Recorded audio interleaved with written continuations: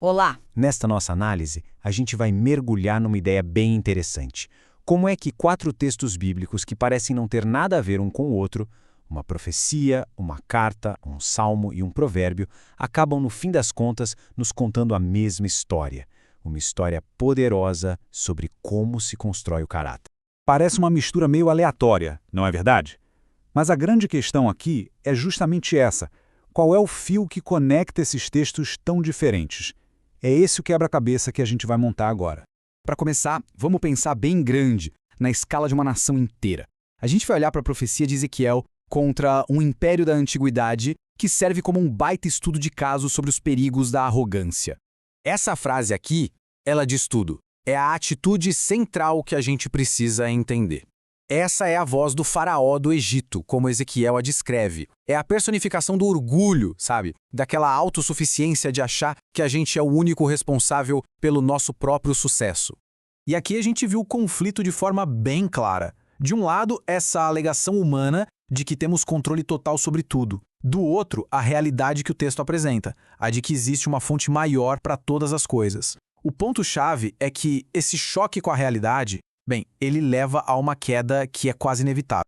E qual foi o resultado dessa arrogância toda em escala nacional?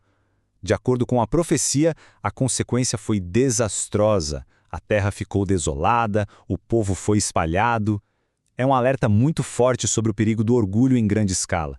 Mas, ao mesmo tempo, isso já prepara o terreno para a gente ver uma alternativa melhor. Agora a gente vai fazer uma transição.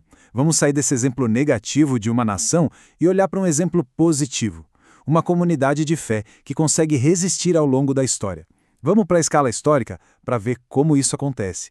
O livro de Hebreus nos fala de uma grande nuvem de testemunhas. Pense em Gideão, Davi, Samuel, os profetas. Pessoas que, mesmo enfrentando desafios gigantescos, mostraram uma fé que perseverou e deixou um legado. Tá, mas como se desenvolve essa resistência? O texto dá um guia bem prático, em 3 passos. Primeiro, se livrar dos obstáculos, daquilo que pesa. Segundo, correr com determinação, sem desistir no meio do caminho. E terceiro, manter o foco num exemplo maior, no pioneiro da fé, como o texto chama. Agora, da comunidade, vamos dar mais um zoom e focar no caráter de uma única pessoa. O Salmo 112 pinta um retrato muito claro de alguém que é estável, que é justo. Olha só os atributos dessa pessoa. É como uma anatomia de um coração firme. Alguém que não se abala com más notícias, que confia, que é generoso e justo e cuja honra permanece. É, sem dúvida, um ideal de caráter a se buscar.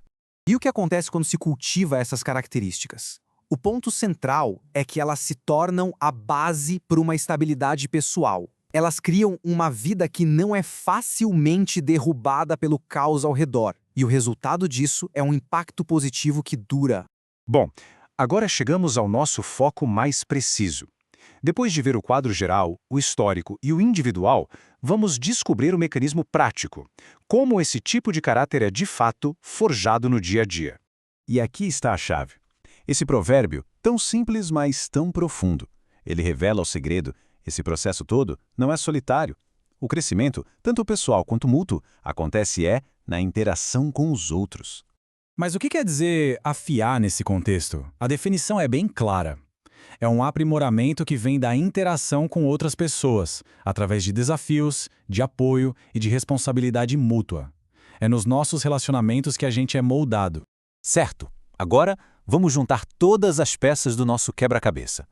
Nós vimos 4 escalas bem diferentes, e a beleza da coisa toda está em como elas se conectam para formar uma única grande ideia. Primeiro, na escala macro, a da nação, a gente viu com Ezequiel o alerta sobre o perigo do orgulho, que sempre leva à queda.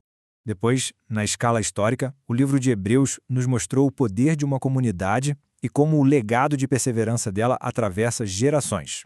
Aí na escala individual, o Salmo 112 nos deu um retrato de um caráter firme e justo que serve como uma âncora na vida.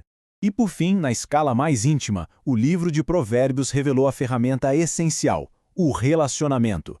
É ele o mecanismo que afia cada pessoa e que possibilita o crescimento em todos os outros níveis.